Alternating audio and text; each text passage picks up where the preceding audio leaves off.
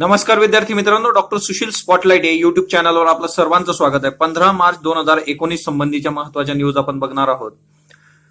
सर्वात पहिली न्यूज महाराष्ट्र संबंधीची आहे। असंघटित कामगारांच्या निवृत्ती वेतन योजनेच्या नोंदीमध्ये महाराष्ट्र हा पहिल्या क्रमांकावर आहे। प्रधानमंत्री श्रमयोगी मानधन योजना, आपण बजेटमध्ये ही योजना बघितली होती। या वर्षीचं जे इंटरिम बजेट आलेलं आहे याच्यामध्ये ही योजना असंघटित कामगारांसाठी आहे।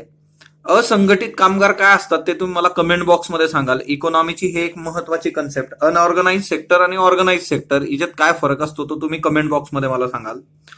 असंघटित क्षेत्रातील कामगारांना वयाच्या 60 वर्षानंतर दरमहा 3,000 रुपये निवृत्ती वेतन, या संबंधी एक क्रिटिक करणारी संपादकीय लेख सुद्धा आला होता, तो आपण टेलिग्रामवर टाकला होता आणि त्याच्यानंतर थोडं डिस्कसही केलं होतं त्याला। असंघटित क्षेत्रातील 18 ते 40 वर्षापर्यंतच्या कामगारांना या योजनेमध्ये सहभागी होता येईल। जर 18 वर्षाची व्यक्ती या योजनेत सहभागी होत असेल तर त्याला दर महिना 55 रुपये भरावे लागतील आणि 40 वर्षाची व्यक्तीची वय असलं तर त्याला 200 रुपये महिना, एवढेच पैसे गव्हर्नमेंट याच्यामध्ये टाकणार आणि ती तुमची सेव्हिंग होत राहील।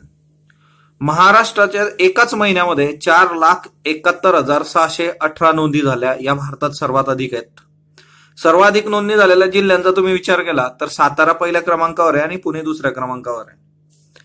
आता हे फक्त एक महिन्याचं आकडेवारी आहे, त्याच्यावर हे काढलेलं आहे, सो ते एक लक्षात असू देत।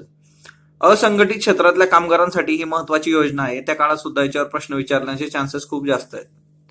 त्याच्यानंतर संयुक्त राष्ट्र सुरक्षा परिषद जी झाली त्याच्या ठरावामागचा अर्थ काय होता असा अग्रलेखात आलेला आहे बघा।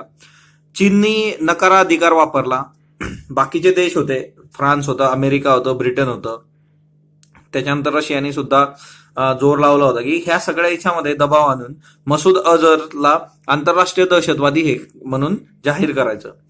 पण याचा नेमका परिणाम काय होतो तर तिच्यामध्ये त्यांनी स्पष्ट केलेलं आहे की संयुक्त राष्ट्राच्या सुरक्षा समितीने एखाद्या व्यक्तीला किंवा संस्थेला दहशतवादी ठरवलं म्हणून विशेष काही फरक पडत नाही, असा इतिहास आहे। म्हणजे तुम्ही एखाद्या व्यक्तीला दहशतवादी ठरवा, संस्थेला ठरवा, तिच्यातून त्याचे इम्प्लिकेशन्स काय झाले, तिच्यातून आपल्याला मिळालं काय आउटपुट, तर विशेष काय आउटपुट भेटत नाहीये। निर्बंध घातलेल्या 262 संघटना आहे आणि व्यक्ती आहेत, याच्यातले 100हून अधिकांचे वास्तव्य पाकिस्तानात आहे आणि ही बाब अमेरिकेला सुद्धा माहिती आहे, जगाला माहिती आहे, तरी सुद्धा अमेरिकेने मसूद अझहरच्या बाबतीत आपल्याला सपोर्ट केलेला आहे, पण चीनने नकाराधिकार वापरलाय। आता चीनने नकाराधिकार वापरलाय तो अमेरिकेला शह देण्यासाठी वापरलेला आहे, असं या सगळ्या अग्रलेखातून स्पष्ट होतं। आता गोष्ट अशी आहे की चीनला सरळ सरळ भारताची स्पर्धा नाहीच आहे, ती अमेरिकेची आहे आणि अमेरिकेने भारताला ज्या पद्धतीने ह्या सगळ्या याच्यामध्ये सपोर्ट केला किंवा आपण ती डिप्लोमॅसी घडवून आणली त्या पद्धतीने, सो अमेरिकेला शह देण्यासाठी चीनने हे केलं असं म्हणणं आहे। आणि चीनने याच्यावर स्पष्ट केलेली स्वतःची भूमिका, तर चीनची भूमिका अशी आहे की ठीक आहे, आम्ही नकाराधिकार याच्यासाठी वापरला की या विषयावर आपण अधिक चांगल्या पद्धतीने चर्चा करू शकतो आणि त्याच्यातून आउटपुट काढू शकतो। पॉल होलकर समितीचा अहवाल आहे बघा, संयुक्त राष्ट्र आणि त्याच्या संबंधित सिक्युरिटी जी काही एजन्सी त्याच्या संबंधीचा, तर पॉल होलकर समितीचा अहवाल काय म्हणतो की आंतरराष्ट्रीय राजकारण हे अर्थकारणाच्या मार्गाने जातं आणि त्याच्यामुळे इराक देशावर संयुक्त राष्ट्राचे जे काही आर्थिक निर्बंध लादले गेले आहे त्याला आर्थिक फायद्यासाठी व्यापार संबंध त्या काळात सुरू ठेवणाऱ्यामध्ये भारत ही एक देश आहे। म्हणजे इराकवर ज्या वेळेस संयुक्त राष्ट्राने आर्थिक निर्बंध लादले त्यावेळेस त्याचं पालन भारताने केलेलं नाहीये। म्हणजे हा अपवाद तुम्हाला दिसून येतो की संयुक्त राष्ट्राने केलेल्या उपाययोजना किंवा त्यांनी घेतलेले निर्णय याला किती सिरियसली देश घेतात। सो भारताचंच उदाहरण दिलेलं आहे इराकच्या बाबतीमध्ये। त्याच्यानंतर अफगाणिस्तानामध्ये तालिबान्यांशी जर उद्या बोलायचं झालं तर अमेरिकेला पाकची मदत लागणारच आहे, त्याच्यामुळे पाकशी एकदमच टोकाची भूमिका घेणं अमेरिकेलाही परवडत नाही। मसूद अझहर म्हणजे त्याने तात्पर्य एकदम स्पष्ट केलेलं आहे की मसूद अझहर असू देत किंवा दुसरा अजून कोणी असू दे, कुठली संस्था असू दे, आपण प्रतिकात्मतेच्या पलीकडे जायला हवं, आपल्या सीमा संरक्षण सज्ज हव्यात आणि उरी, पठाणकोट, पुलवामा घडणारच नाही यासाठी आपण दक्ष राहणं ही जास्त गरज आहे काळाची, है ना। आता नकाराधिकार वापरल्यानंतर 3 महिने तुम्ही प्रस्ताव मांडू शकत नाही, 3 महिन्यानंतर जर प्रस्ताव मांडला असाच परत मसूद अहमदचा दहशतवादी आंतरराष्ट्रीय दहशतवादी घोषित करण्याचा, तर त्याला परत 6 महिने पुढे ढकलता येऊ शकतं। म्हणजे परत त्यानंतरही प्रोव्हिजन आहे की 6 महिने तो मांडता येणार नाही, म्हणजे एकूण 3 आणि 9 महिने तुम्हाला आता काही करता येत नाही, म्हणजे 3 आणि 6 9 महिने, तर ही एक आपण लक्षात घेणं गरजेचं आहे। त्याच्यानंतर दुसरा अग्रलेख योगेंद्र यादव यांचा आहे बघा, आमचा देश, आमची लोकशाही आणि आमचे मुद्दे। म्हणजे निवडणूक लढवण्यासाठी एकमेव दहशतवाद हा मुद्दा नाहीये, याच्या व्यतिरिक्तही मुद्द्यांचा तुम्ही विचार करायला हवा।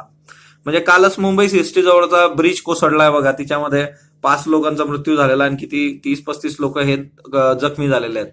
असं असताना फक्त दहशतवाद किंवा तिकडून दहशतवादी हल्ला झाला आणि आपण त्या मुद्द्यावर निवडणूक लढवणार आणि याच्यात महत्वाचे मुद्दे जातील, जसा रोजगार आहे, महागाई आहे, भ्रष्टाचार आहे, वीज, रस्ते आहे, पाणी आहे, रुग्णालय आहे, शिधा वितरण आहे, म्हणजे पीडीएस सिस्टीम आपली. तर ह्या सगळ्यांचा विचार झाला पाहिजे. बघा, तुम्ही एमपीएससी मेन्स करता निबंध लिहाल किंवा युपीएससी करता लिहाल तर हे असे बेसिक मुद्दे तिच्यामध्ये येणं गरजेचं असतं.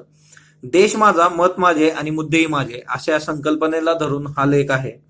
मग ते मुंबई सारख्या घटना समोर ठेवून तुम्ही या गोष्टींना नीट बघू शकता. अजून आसाम गण परिषदेबद्दल आलेलं आहे बघा. आसाम गण परिषद 1985 मध्ये हा राजकीय पक्ष भारताच्या राजकारणाच्या पटलावर आला होता. आपल्याला एमपीएससी मेन्स मध्ये सुद्धा राजकीय पक्ष आहेत. आसाम गण परिषदेवर प्रश्न का विचारला जाऊ शकतो, तर आता जे सिटिझनशिप बिल होतं त्याला विरोध करणाऱ्यांमध्ये आसाम गण परिषद हे प्रमुख एक राजकीय पक्ष आहे. परदेशी नागरिकांच्या मुद्द्यावर 1980 मध्ये आसामच्या सर्व आसाममध्ये विद्यार्थ्यांचा मोठं आंदोलन झालं होतं. याचं कारण असं होतं की बांगलादेशातील घुसखोरीमुळे आसामी संस्कृती लयात जाते असा आरोप विद्यार्थ्यांनी केला होता.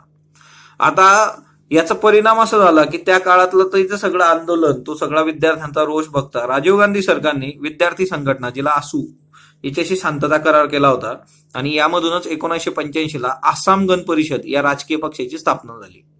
1985च्या निवडणुकीमध्ये लगेचच, त्या 85 नंतरची पहिली निवडणूक झाली, त्याच्यात आसाम गण परिषद हे सत्तेत आलं. प्रफुल्ल कुमार महंत यांच्या नेतृत्वाखाली ही सगळी निवडणूक लढवली गेली होती आणि आसाम गण परिषद एक राजकीय पक्ष म्हणून स्थिरावला. आता बांगलादेशी घुसखोरी तुम्ही बघू शकता. हा भारताचा मॅप आहे बघा राजकीय. हा सगळा आसाम आहे आणि हा बांगलादेश आहे बघा. ही सगळी सीमारेषा तुम्हाला जोडलेली दिसते, म्हणजे बांगलादेश सरळ सरळ घुसखोरी होती. त्याच्यानंतर मध्यंतरीच्या काळामध्ये बरेचसे इंटरव्ह्यू होते, तर त्याच्यामध्ये विचारलं गेलं होतं की चिकन नेक काय प्रकरण आहे. तर बघा, चिकन नेक हा जो भाग आहे याला चिकन नेक म्हटलं जातं. कोंबडीची मान हे इतकं बारीक आहे की याला कोंबडीची मान तुम्ही कशी अशी मुरगडू शकता ना, तसं इतकं सोपं आहे याला बाजूला करणं, म्हणून याला चिकन नेक. हा खूप सेन्सिटिव्ह झोन आहे. त्याच्याकरता हे तुम्ही इथून बघू शकता. आपल्याकडे सगळी जनता येते बघा, ही नेपाळ, भूटान, बांगलादेशी हे सरळ सरळ एंट्री करतात भारतामध्ये.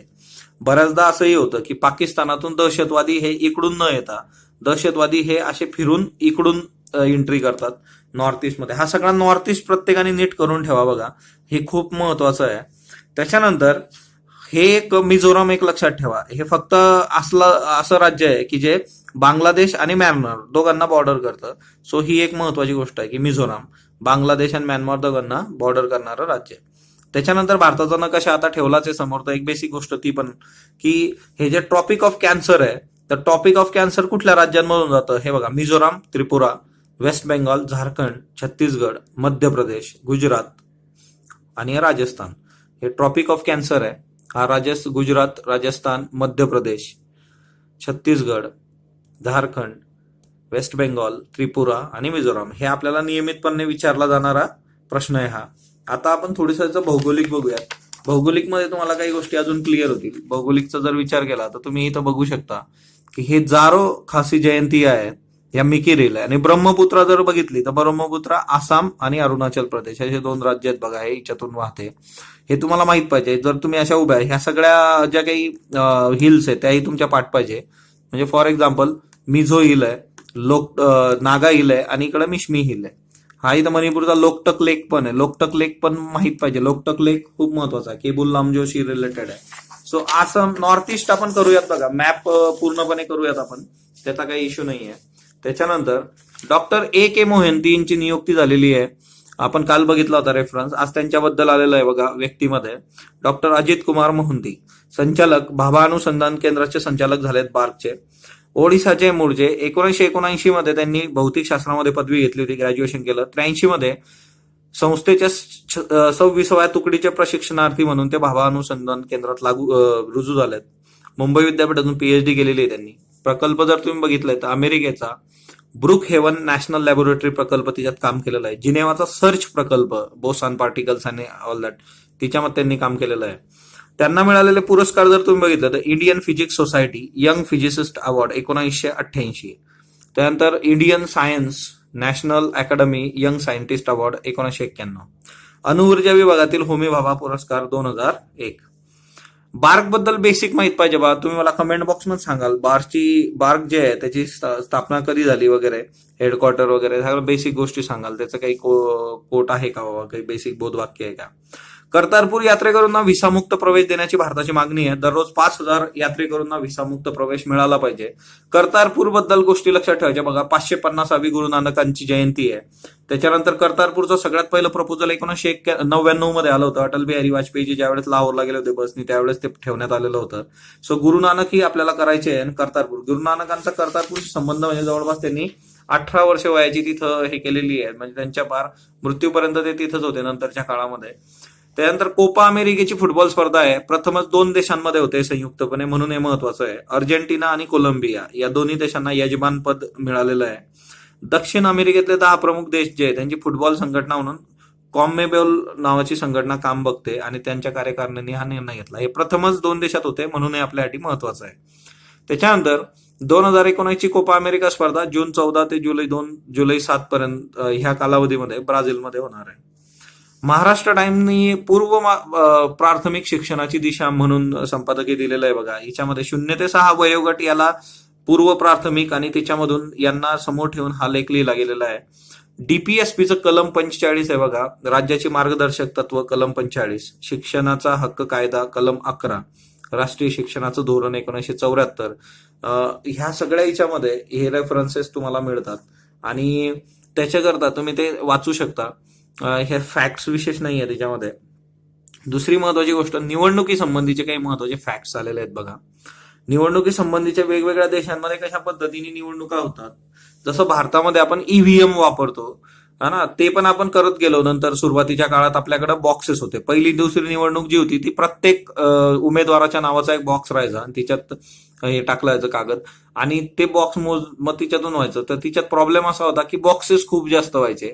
नंतरच्या काळात आपण बॅलेट पेपरचा विकास केला. नंतरच्या काळात आपण ईव्हीएम घेऊन आलो. अजून बाकीच्या देशांमध्ये काय चालू आहे बघा. गॅम्बिया नावाचा जो देश आहे तो तुम्ही मॅपमध्ये बघा. हे आपण बघूयात मॅपमध्ये सगळे देश हे करूयात, तो काही इश्यू नाही त्याच्याबद्दल. मतदार उमेदवारांनी रंगवलेल्या पिपांमध्ये मार्बलचा तुकडा टाकून मतदान केलं जातं. मार्बलचा तुकडा टाकला जातो आणि तो मार्बल टाकल्यानंतर आवाज होतो. जर एखाद्याने 2 मार्बल टाकले तर 2 वेळा आवाज होतो. मग त्याला सांगितलं जातं की बाबा तू 2 वेळा हे केलेलं आहे, त्याच्यावर त्याचं मत त्याच्यावर बाद केलं जातं. आता बऱ्याचदा इश्यू असा असतो की आता याच्यात गडबड होऊ शकते. ऑस्ट्रेलिया, उचित कारणाशिवाय मतदान जर नाही केलं तुम्ही तर $20 इतका दंड, सुमारे 22 देशांमध्ये असा दंड आहे. तुम्हाला काय वाटतं, आपल्या ज्या फंडामेंटल ड्युटीज आहे तिच्यामध्ये मतदानाचा कर्तव्य हे अपेक्षित होतं का, ते पाहिजे होतं का, आणि जर एखाद्या व्यक्तीने मतदान नाही केलं तर त्याला शिक्षा असली पाहिजे का, या संबंधीचं तुमचं मत तुम्ही मला कमेंट बॉक्समध्ये सांगा. हे फंडामेंटल ड्युटीच्या बाबतीत क्रिटिसिझम होतं की मतदानाचं कर्तव्य तिच्यात अंतर्भूत नाहीये. फंडामेंटल ड्युटीज आर्टिकल 51A आहे. स्वरण सिंग कमिटी होती 1976, तिच्यातून 10 आलेले आहेत. नंतरच्या काळामध्ये शिक्षणासंबंधीचं एक 11 हे झालेलं आहे. त्यानंतर काही देशांमध्ये मतदानाचे वार फिक्स आहेत बघा. आता आपल्याकडे पण मतदानाच्या तारखांवरून थोडा इश्यू झालेला आहे की रमजान वगैरे तो थोडा इश्यू आहे, तर चालू आहे. पण इलेक्शन कमिशन अशा गोष्टी, किंवा त्या दिवशी पण काहीतरी सांगितलं गेलं होतं की कुठला राहू काल आहे वगैरे, तर संध्याकाळी 6 नंतर डिक्लेअर. इलेक्शन कमिशनने हे काही गोष्टी लक्षात घेतल्या नाही, गृहीत धरल्या नाहीत. अमेरिका, मंगळवारीच मतदान होतं इथं, कारण 2 गोष्टींमध्ये व्यत्यय नको असतो यांना. एक, रविवारी बायबल शब्दात म्हणून असतं, धार्मिक विधी आहे, त्याच्यामुळे रविवारमध्ये व्यत्यय नाही पाहिजे. बुधवारी शेतकरी बाजारपेठ असते, तिच्यामध्ये व्यत्यय नको, म्हणून मंगळवारीच मतदान केलं जातं अमेरिकेमध्ये. ब्रिटनमध्ये गुरुवारी मतदान केलं जातं. पहा, इथं बाजाराचा दिवस आहे गुरुवार, आणि ह्या दिवशी मोठ्या प्रमाणावर लोक बाहेर पडतात आणि ते बाहेर पडून मतदान करतील, म्हणून गुरुवारी ब्रिटनमध्ये बाजाराच्या दिवशी घेतला होता. पहा, आणि इकडं काय आहे तर शेतकरी बाजारपेठ आहे बुधवारी, तर ते त्याला व्यत्यय नको म्हणून मंगळवारी घेतात. म्हणजे बघा विरोधाभास काय असतो ते तुम्हाला दिसतं.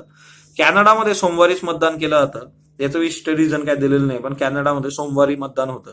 त्याच्यानंतर 16व्या वर्षी मतदान कुठं कुठं होतं तर ब्राझील, ऑस्ट्रेलिया, निकारागुआ, अर्जेंटिना. आपल्या इथं आधी 21व्या वर्षी होतं, नंतर ते 18व्या वर्षी केलं गेलं. कुठल्या घटना दुरुस्तीने ते 18व्या वर्षी केलं गेलंय ते तुम्ही मला कमेंट बॉक्समध्ये सांगाल. 17व्या वर्षी मतदान इंडोनेशिया आणि सुदानमध्ये आहे. एस्टोनिया हा देश रशियाच्या जवळ आहे. 2000 पासून इथं ऑनलाईन पद्धतीने मतदान केलं होतं. भारतात सुद्धा ऑनलाईन पद्धतीने मतदान करावं अशा पद्धतीची मागणी होती NRI द्वारे, पण हे इलेक्शन कमिशन हे तुर्तास तरी याच्यावर फायनल हे केलेलं नाही, कारण आपल्याकडे तेवढी चांगली यंत्रणा पाहिजे की जी हॅक होणार नाही, म्हणजे सायबर सुरक्षा जी काही आहे ऑनलाईन पद्धतीने जर घ्यायचं झालं तर. सो हे सगळे इलेक्शन कमिशनशी रिलेटेड इम्पॉर्टंट फॅक्ट्स आपण बघितलंय. डॉक्टर सुशील स्पॉटलाइट या युट्यूब चॅनलला तुम्ही जो प्रतिसाद देत आहात त्याबद्दल मी आपला आभारी आहे. दुसरी महत्वाची गोष्ट, एमपीएससी मेन्स पेपर 2 साठी युनिक पब्लिकेशनचं पेपर 2चं पुस्तक आलेलं आहे बघा, महेश हिरापूरकर सर आणि तुकाराम जाधव सर यांचं. सो ते तुम्ही बघू शकता. महत्वाचं एक बुक आहे, त्याचा नक्कीच तुम्हाला फायदा होईल. सो स्पॉटलाइटला लाईक करा, शेअर करा, सबस्क्राईब करा. जर तुमचे काही सजेशन असले कमेंट बॉक्स नोंदवा. धन्यवाद विद्यार्थी मित्रांनो.